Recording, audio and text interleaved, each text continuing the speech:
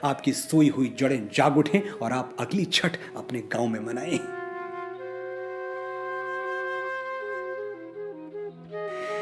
छठ का पहला दिन, इसे कहते हैं नहाए खाए। पूरे घर की अच्छे ढंग से सफाई की जाती है। घर के सभी लोगों को सात्विक भोजन परोसा जाता है।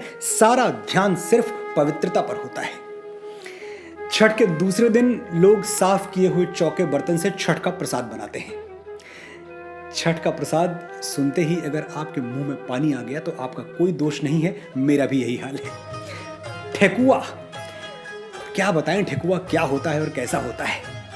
मैदे और बेसन में गुड़ मिलाकर ठेकुआ बनता है और उसका स्वाद देवराज इंद्र के स्वर्ग भोज में भी नहीं आएगा, यह बात मैं विश्वास के साथ कह सकता हूं। ठेकुआ जितना खस्ता बने उतना अच्छा।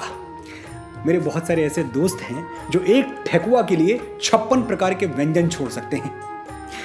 ठेकुआ बनाने के बाद शाम को एक विशेष पकवान बनाया जाता है जिसे लौकी दाल कहते हैं। अब देश के अलग अलग भागों में इस लौकी दाल का रंग रूप बदल जाता है। कहीं यह लौकी दाल है तो कहीं गुड़ वाली खीर यानी बखीर।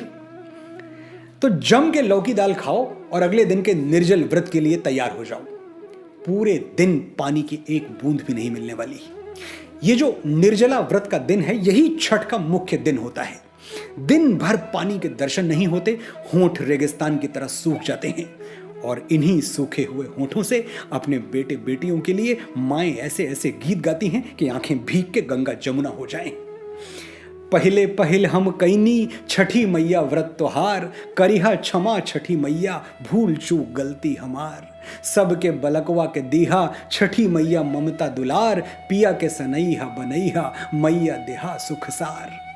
यह गीत छठ का व्रत रखने वाली एक ऐसी महिला गा रही है जो व्रत तो है पर व्रत के सारे नियम कानून नहीं जानती। वो भोलेपन से अनजाने में हुई भूल चूक के लिए छठ मैया से माफी मांग रही है और छठ मैया उसे माफ भी कर देंगी, क्योंकि इस त्योहार में श्रद्धा रखने वाले के लिए कोई कर्म कांड नहीं होता, ना कोई मंत्र, ना कोई पूजा पद्धति, ना कोई पुरोहित, ना कोई यज्ञ हवन। जिसे पूजा पाठ कुछ भी ना आता हो, यह त्योहार उसके लिए भी है। फिर नदी या पोखर के किनारे मिट्टी की बेदी बनाकर उस पर आटे से चौका पूरा जाता है। बेदी के चारों कोनों पर ताजा गन्ने या ऊख के पौधे को गाड़ दिया जाता है। देखिए, यह है वो पौधा, एक अंश है, एक हिस्सा है उसका, पर है ये ऊख गन्ना। अब इस गन्ने पर साड़ी, गमछा या धोती डाल दी जाती है और बेदी के पास बैठकर महिलाएं अपने मधुर स्वर में छठ के गीत गाती हैं।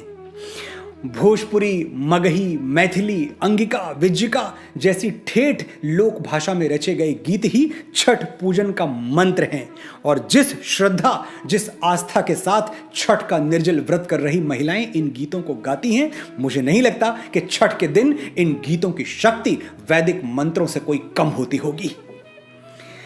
बेदी पर लगाई गई ऊख छठ मैया हैं, कहीं कोई और प्रतिमा नहीं, कहीं कोई और पद्धति नहीं। छठ के अंतिम दिन यानी सप्तमी तिथि को एक पहर अंधेरा बाकी रहते ही लोग अपने घरों से निकल पड़ते हैं अपनी बेदी तक पहुंचने के लिए। पिछली शाम की तरह ही बेदी के पास बैठकर गीतों से और प्रसाद से छठ का पूजन करते हैं और सूर्योदय की प्रतीक्षा करते हैं।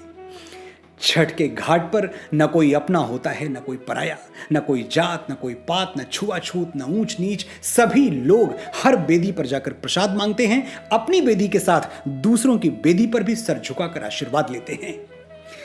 छठ के घाट पर सामाजिक विभाजन की वर्जनाएं टूट जाती हैं। सबकी एक ही पहचान होती है, सब छठ मां के बेटे बेटियां हैं। वो दिन ऐसा होता है जब कहीं कोई छोटा बड़ा और अमीर गरीब नहीं दिखाई देता। दूर दूर तक सिर्फ एक चीज दिखाई देती है, मनुष्य और उसकी चमचमाती हुई मनुष्यता।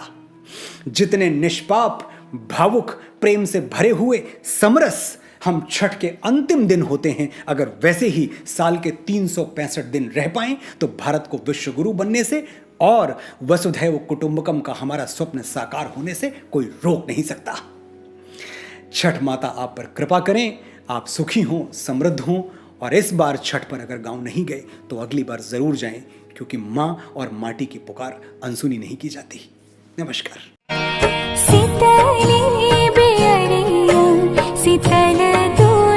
पनिया कब देव देवता तुम आके दर्शनिया।